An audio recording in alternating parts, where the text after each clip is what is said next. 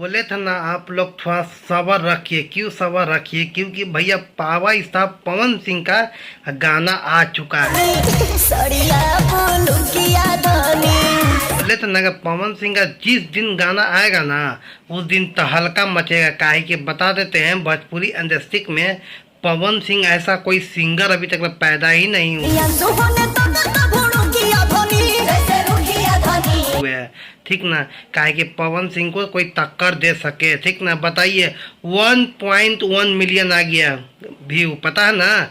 है 1.1 मिलियन किसी को व्यू आना वही कितने तब की बात होता है। ठीक ना, उससे देखिए अभी बहुत सिंगर का गाना तकला नहीं चल रहा था। पवन सिंह का जैसी भैया गाना आया ना है, सिर्फ अभी एक को दिन गाना का नहीं हुआ है। ठीक ना, 1.1 मिलियन।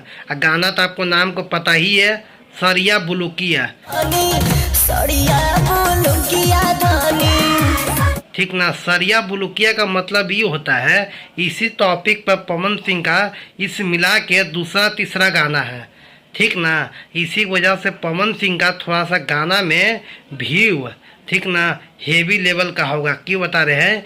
क्योंकि देखा जाए तो मालूम इस गाना में बहुत बेहतरीन दम काम किया गया है। ठीक ना, इसमें देखिएगा तो रिव्यू की बात किया जाए ना जो ट्रैक्टर नहीं होता खेत जोतने वाला, उस पर एकदम पवन सिंह का दम रोल क्या रहता है, इतना बेहतरीन ना कि मत पूछिए।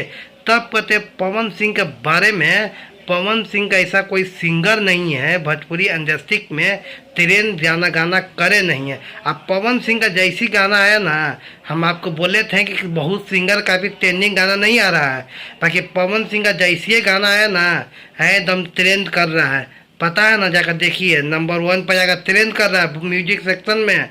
इसी की वजह से पवन सिंह ऐसा कोई सिंगर है अभी तक पैदा ही नहीं हुआ भोजपुरी इंडस्ट्री में कि पवन सिंह के कोई रोक सके भोजपुरी में।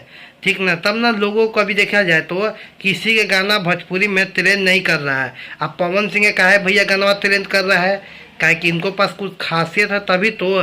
तब ना कहते कि पावर स्टार पवन सिंह के बारे में लोग जरा कान खोल के सुनो।